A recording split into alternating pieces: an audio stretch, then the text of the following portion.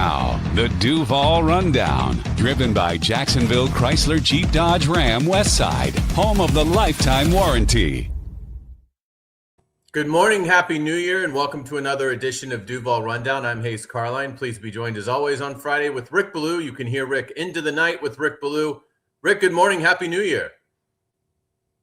Happy New Year. It's been great so far. Some great college football playoff games, and certainly Week 18, Game 17 coming up. Should be a pretty big one for Jacksonville. They know what's at stake. They win, they're in, and well, they're already in, but they win, they host, and win the division. So that's pretty cool to be able to play something of that significance coming up here in just a couple of days.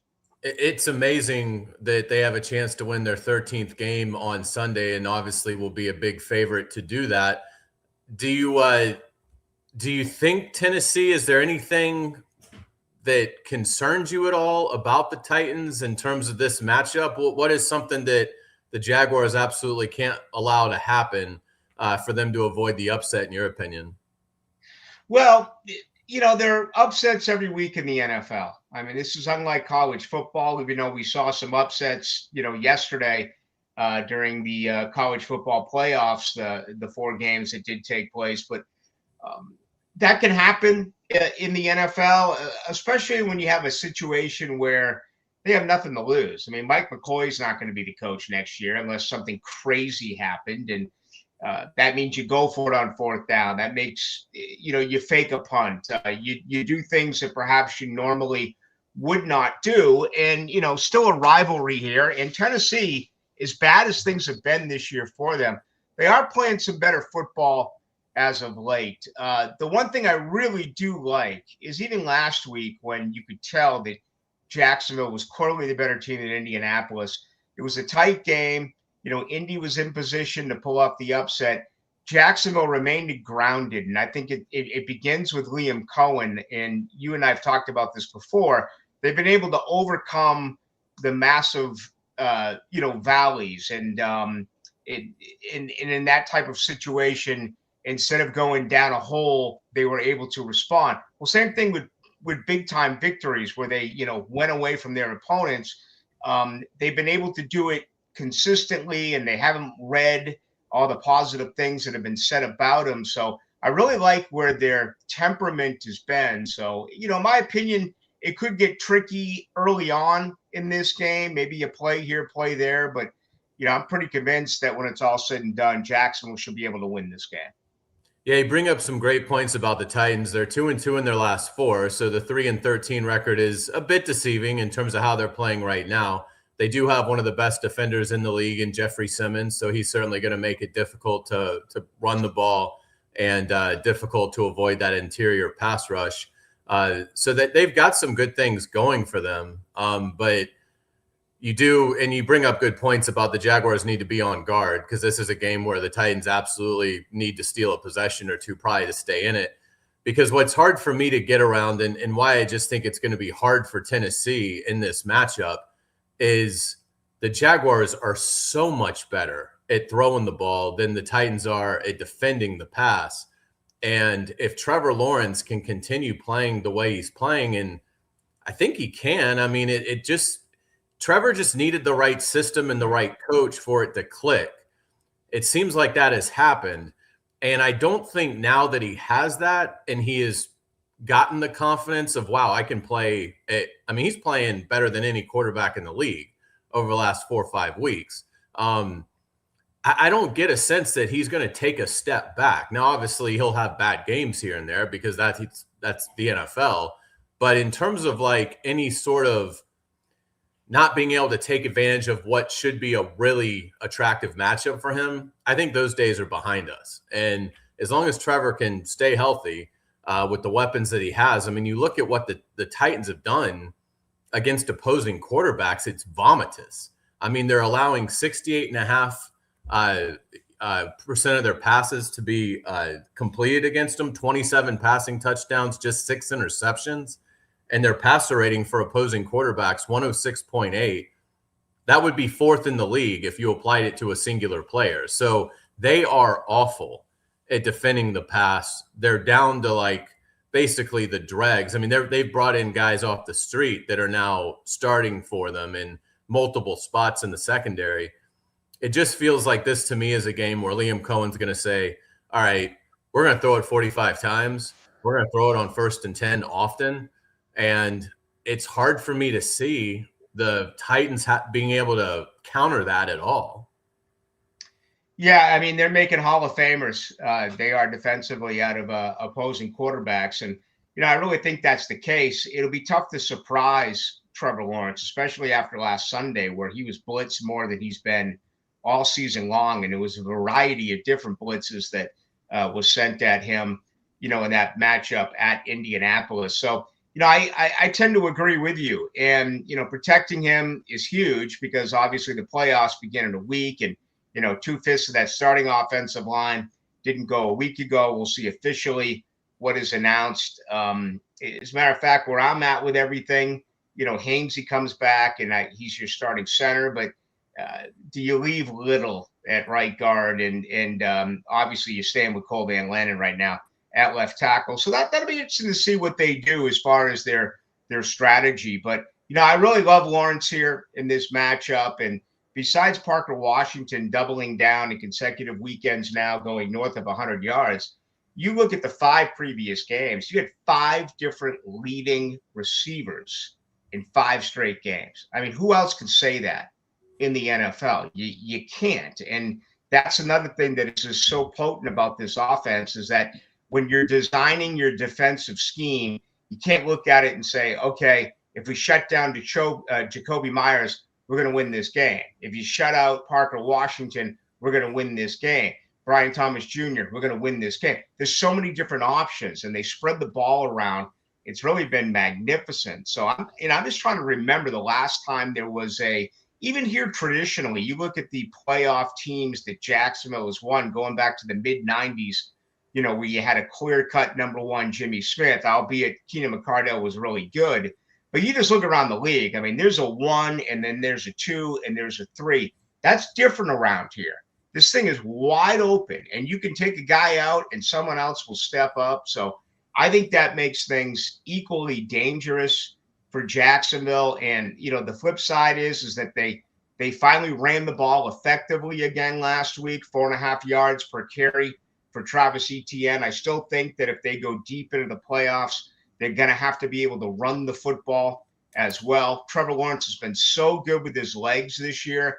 I know that everyone listening and locally here in Jacksonville, they get that. I don't know if they do across the NFL, but certainly they do here in Duval. And, yeah, I love what they're doing offensively. I think that, 30 points, again, is absolutely realistic coming up here on Sunday. Yeah, and as you look at the defensive side of things, because I want to get to beyond this Titans game since it's not, obviously it looks like the Jaguars should be able to take care of business pretty easily, and definitely want to get your thoughts about peeking ahead to the playoffs. But as we kind of wrap on Sunday's matchup, from a defensive standpoint, the Jaguars still lead the NFL in run defense, which is just amazing. They're allowing 86.1 yards per game. The franchise has never done this before. They've never finished the regular season first in run defense. They finished second before in 2003, but they've never finished first, have an opportunity to do that. The Titans have a 1,000-yard back in Pollard. He's at 1,034, 4.5 yards a carry, 5 touchdowns. He doesn't do much in the receiving game. But in terms of looking at the first matchup, the Jags won 25-3 in Week 13 on November 30th. And, the Titans ran the ball pretty well on that first drive of that game. They gained 70 yards. They kicked a field goal. The rest of the game, they had 118 yards. So the Jaguars obviously found an adjustment very early in that game and shut down really the whole Titans operation, but certainly the ground game as well. Do you see any sign of concern here that the Titans come in and, Pollard can get to like 100, 120 yards on the ground? No, unless he breaks one. And, if you look at it per average, I would say no.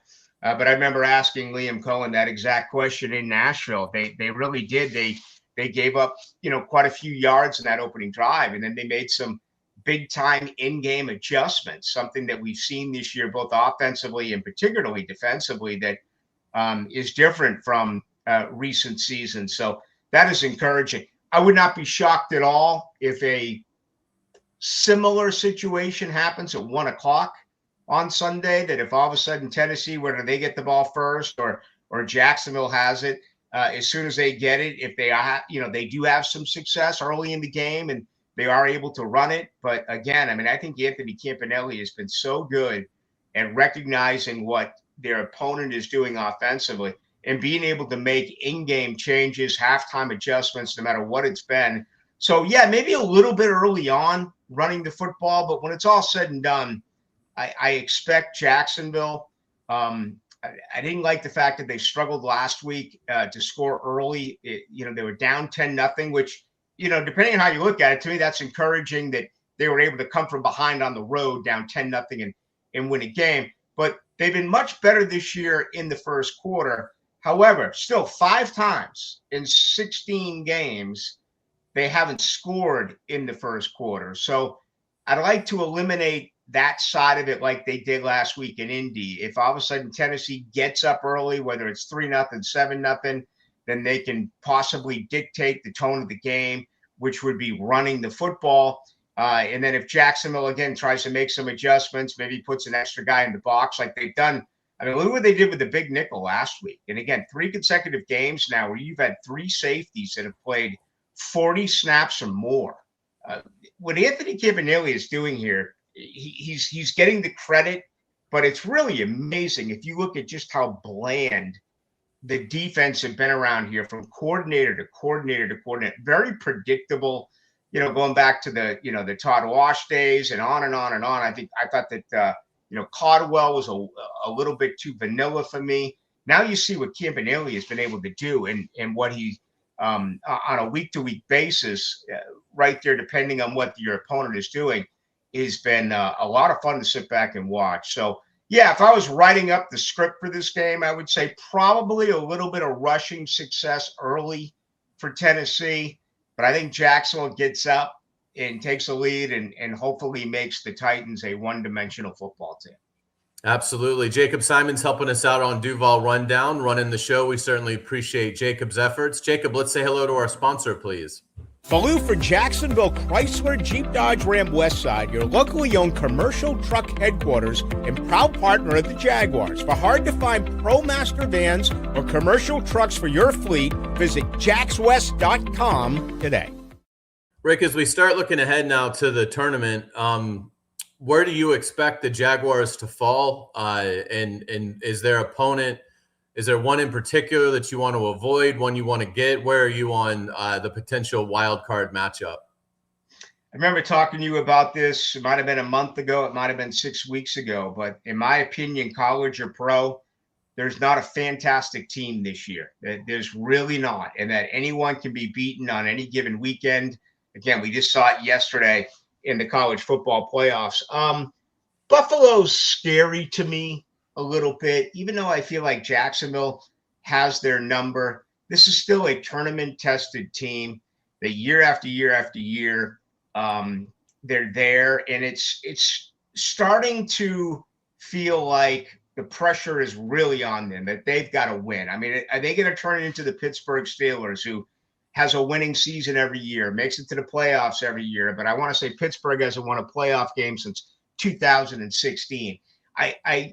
That's the one team that I kind of look at and say, I've even had people ask me, I'm sure they've asked you, wouldn't it be better for Jacksonville to go out on the road and play in the first round as opposed to having a home game and taking on Buffalo? And the answer to that question is no. You absolutely want a home game. You hope the crowd is absolutely going nuts, and that ends up making a difference. But if the season ended today, it's LA, but LA is not going to play Herbert. It looks like it's going to be very, very difficult for them to win, out on the road in Mile High. So it's probably going to be Buffalo. There's an outside shot. It could be Houston. As great as Houston's been, they've won 8 in a row. They had the top defense in the NFL. Jacksonville still put up 29 points against that team on the road there in Houston. I mean, just absolutely magnificent. So, it's all going to be tricky. We're going to have upsets week after week. Buffalo, I don't love, but it feels like that is going to be the opponent. How about you? Yeah, this is. I can't believe I'm saying this, but I'm going to pick the Jaguars no matter who the opponent is. There's no one else in the tournament that I feel like is playing better and is more well-rounded than the Jaguars. And when they were in the tournament last time, I definitely didn't feel that way. I was like, they're sort of lucky to be in. They took advantage of a Titans collapse.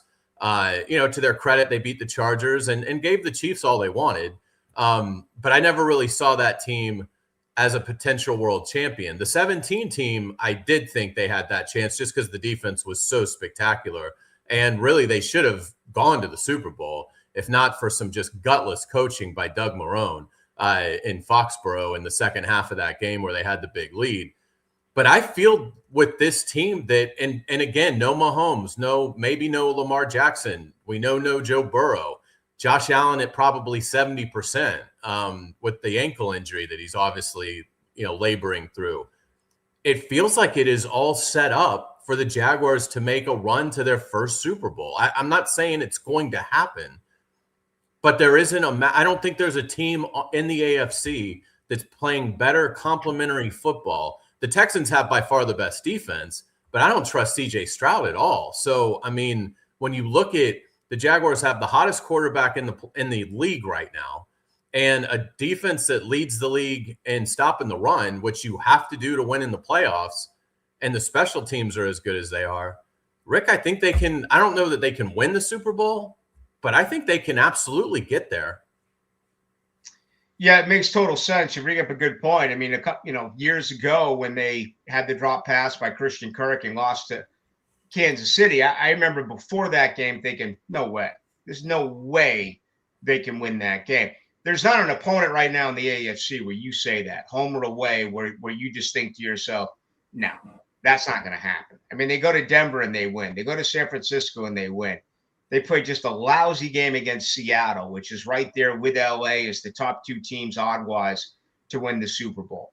They were absolutely awful against LA and London. Okay, but again, they responded, and a lot of teams wouldn't. Teams around here that fans are used to, year after year, typically wouldn't have been able to bounce back like that team did. If you were to rank quarterbacks, playoff quarterbacks, and you went around the league, there's still obviously no respect here, and the team has really played that card well. I'm sure they'd rank Josh Allen 1, but who else out of a current AFC quarterback are you going to pick right now over Trevor? Are you going to pick these second-year QBs and Bo Nix and Drake May? As great as they've played, I mean, maybe be the Hall of, maybe the MVP. Herbert doesn't win playoff games. Are you going to pick him? You just talked about CJ Stroud. Or you can go on and on and on and mention these quarterbacks. And, Trevor's been playing so well. He threw that pick last week, and it was like, oh, boy, here we go again. Trevor, you can't do that, especially this time of year. He made a mistake. He actually made a couple of mistakes in this game. He is human, but boy, you really hope they coach him the heck out of that. And again, let it rip and just go out there and play. We get it. And, fumbling the football, trying to make a play is one thing. Throwing an interception is another. Everyone's going to throw a pick, and that is acceptable at times. But you can't throw that type of interception when you're inside the red zone and you're staring at points, especially when you have a nuclear weapon at your back with Cam Little, who's 18-18 now since the bye. I mean, the kid's absolutely. Is there any fear at all that he's not going to make a kick from anywhere on the football field? I mean, what a weapon. This has been spectacular to watch. So, yeah, I tend to agree with you, and that is very encouraging for Jaguar fans. It doesn't matter whether it's home or away. Jacksonville absolutely has a chance to win this game. Yeah, without a doubt. And Rick, I'm assuming you like the Jags big. Do you have like a score in mind? I really don't, but I would say probably, I'm going to be like a 31-17 type of game, somewhere in that neighborhood. I think Tennessee will put up some points early in the game. I mean, just look at second half points allowed as of late. Even last week, they're down 10-0, down 10-7 at half. They allow only 7 points in the second half. If you could say to each other, offense to defense, defense to offense, we're only going to allow on an average 7 points in the final 30 minutes of football, your chances of winning games are really, really good. Just look at this win streak and look at points allowed in the third and fourth quarter. It is absolutely incredible to see what the Jaguars have done in that aspect. So, yeah, I think it's going to be, a situation where it takes just a little bit to get going on Sunday. But I think once they get into that flow, I'll go Jacks 31-17 over Tennessee. I like it. We're in the same ballpark. I like it about Jags by about 11, something like that. So comfortable win. And it's just been amazing. Again, they have a chance to go 13-4 in the first year of the, Cohen, Gladstone, Baselli regime. It's just remarkable stuff. And obviously they've got a great chance to keep it going deep into the tournament. So it's going to be a lot of fun. Rick, thanks so much for your time. We'll certainly look forward to catching up with you later today, and look forward to seeing you at the game on Sunday. Absolutely. See you later on this afternoon. And to the Jag fans, enjoy it. Get there early. Enjoy the game. I mean, this should be like a playoff type atmosphere. And then, of course, that'll continue a week from Sunday or at some point next weekend. But great time of year. Have a good one. Yeah, it should be a great electric environment on Sunday. Definitely an event you don't want to miss as the Jaguars look to clinch the AFC South. That's going to do it for us. Thank you for watching Duval Rundown. We will be back on Monday with Frank Frangie. Until then, Happy New Year and enjoy the game. Go Jags.